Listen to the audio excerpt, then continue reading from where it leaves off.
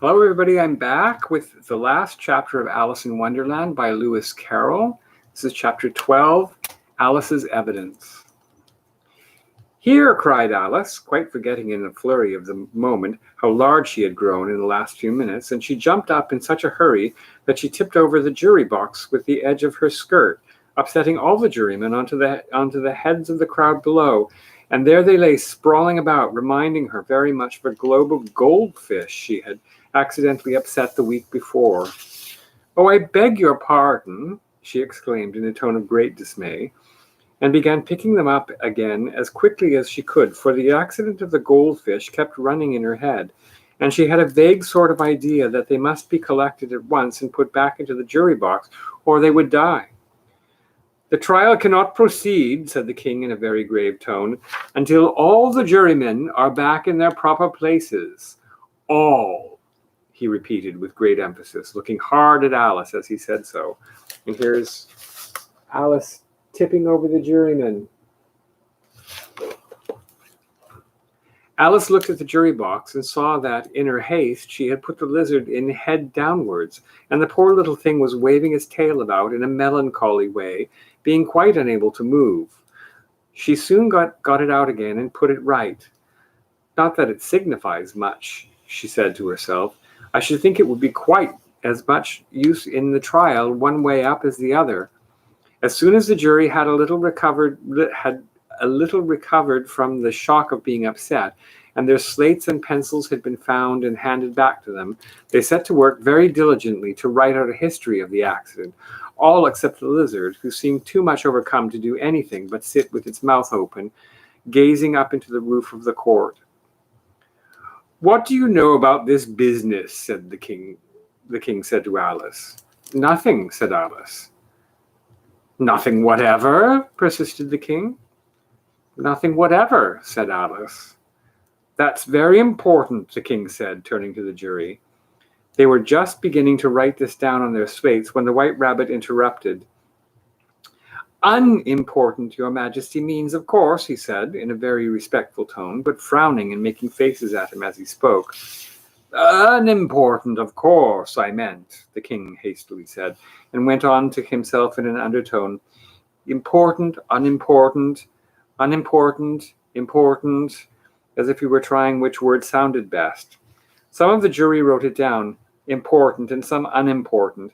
Alice could see this as she was near enough to look over their slates.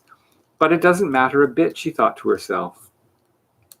At this moment the king, who had been for some time busily writing in his notebook, called out, "Silence!" and read out from his book, "Rule 42. All persons more than a mile high to leave the court." Everybody looked at Alice. "I'm not a mile high," said Alice. "You are," said the king. "Nearly 2 miles high," added the queen. "Well, I shan't go at any rate," said Alice. "Besides, that's not a regular rule. You invented it just now." "It's the oldest rule in the book," said the king. "Then it ought to be number 1, said Alice. The king turned pale and shut his notebook hastily. "Consider your verdict," he said to the jury in a low, trembling voice. "There's more evidence to come yet, please, your majesty," said the White Rabbit, jumping up in a great hurry. "This paper has just been picked up." "What's in it?" said the queen. "I haven't opened it yet," said the White Rabbit, "but it seems to be a letter written by the prisoner to somebody." "It must have been that," said the king, "unless it was written to nobody, which isn't usual, you know."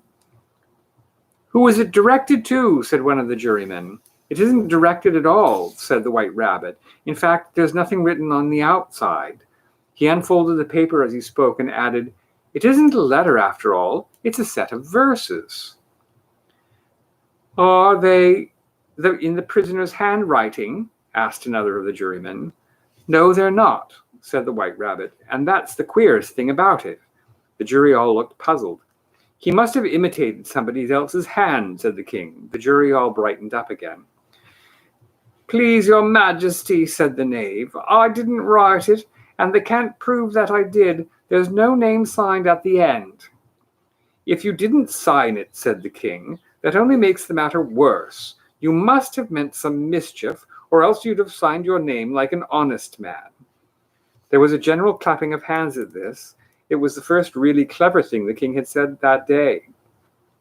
"That proves his guilt, of course," said the queen. "So off with—" "It doesn't prove anything of the sort," said Alice.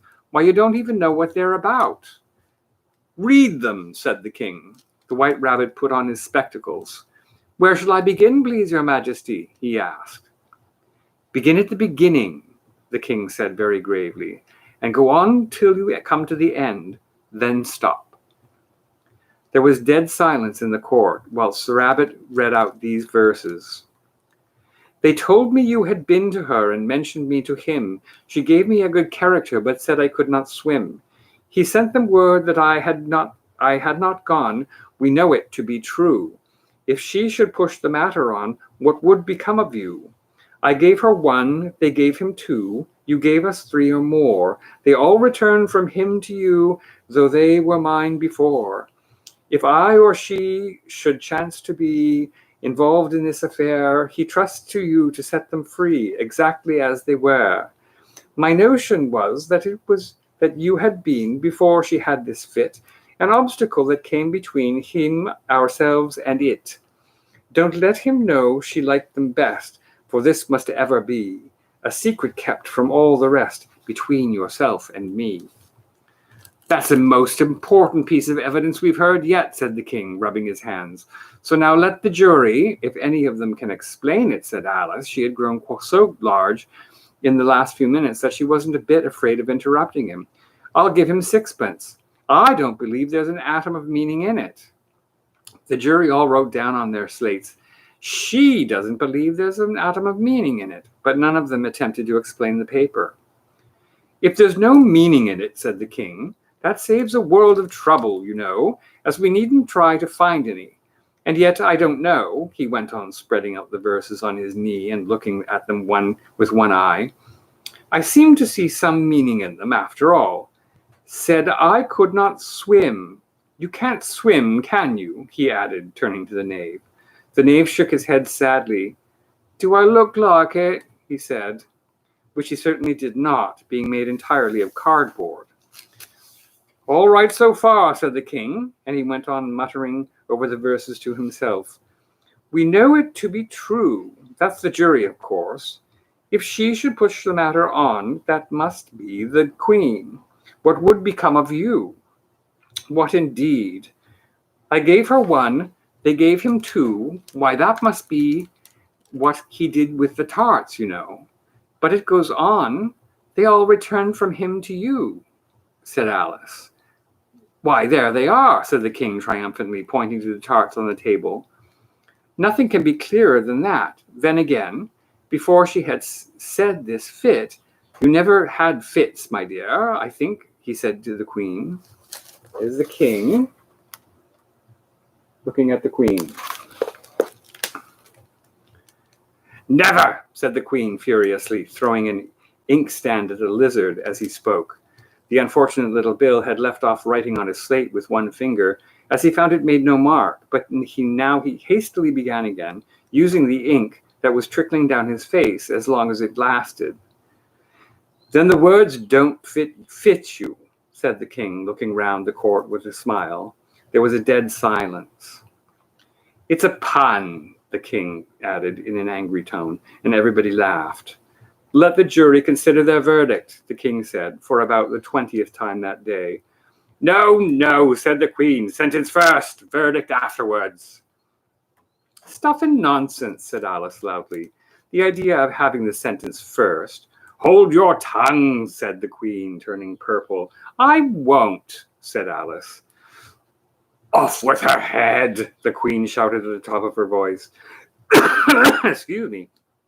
Nobody moved. "Who cares for you?" said Alice. She had grown to her full size by this time. "You're nothing but a pack of cards." At this, the whole pack rose up into the air and came flying down upon her. And there they are, all flying into the air. She gave a little scream, half of fright and half of anger, and tried to beat them off. and found herself lying on the bank with her head in the lap of her sister, who was gently brushing away some dead leaves that had fluttered down from the trees upon her face. "Wake up, Alice, dear," said her sister. "Why, what a long sleep you've had." "Oh, I've had such a curious dream," said Alice. And she told her sister, as well as she could remember them, all these strange adventures of hers that you have just been reading about. And when she had finished, her sister kissed her and said, "It was a curious dream, dear, certainly. But now run into your tea. It's getting late." So Alice got up and ran off, thinking while she ran, as well she might, what a wonderful dream it had been. But her sister sat still, just as she left her, leaning her head on her hand, watching the setting sun and thinking of little Alice and all her wonderful adventures, till she too began dreaming after a fashion, and this was her dream. First she dreamed about little Alice herself. Once again the tiny hands were clasped upon her knee, and the bright, eager eyes were looking up into hers. She could hear the very tones of her voice, and see that queer little toss of her head to keep back the wandering hair that would always get into her eyes. And still as she listened, or seemed to listen, the whole place around her became alive with the strange creatures of her little sister's dream. The long grass rustled at her feet as the white rabbit hurried by. The frightened mouse splashed his way through the neighboring pool. She could hear the rattle of the teacups as the March Hare and his friends shared their never-ending meal, and the shrill voice of the Queen ordering off her unfortunate guests to be to execution. Once more the pig baby was sneezing on the Duchess's knee, while plates and dishes crashed around it. Once more the shriek of the griffin, the squealing of the lizard's slate pencil, and the choking of the suppressed guinea pigs filled the air, mixed up with the distant sob of the miserable mock turtle. So she sat on, with closed eyes, and half believed herself in Wonderland, though she knew she had but to open them again, and all would change to dull reality. The grass would only be rustling in the wind, and the pool rippling to the waving of the reeds.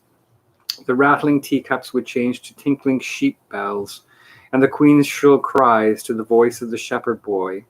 And the sneeze of the baby, the shriek of the griffin, and all the other queer noises would change, she knew, to the confused clamor of the busy farmyard, while the lowing of the cattle in the distance would take the place of the mock turtle's heavy sobs.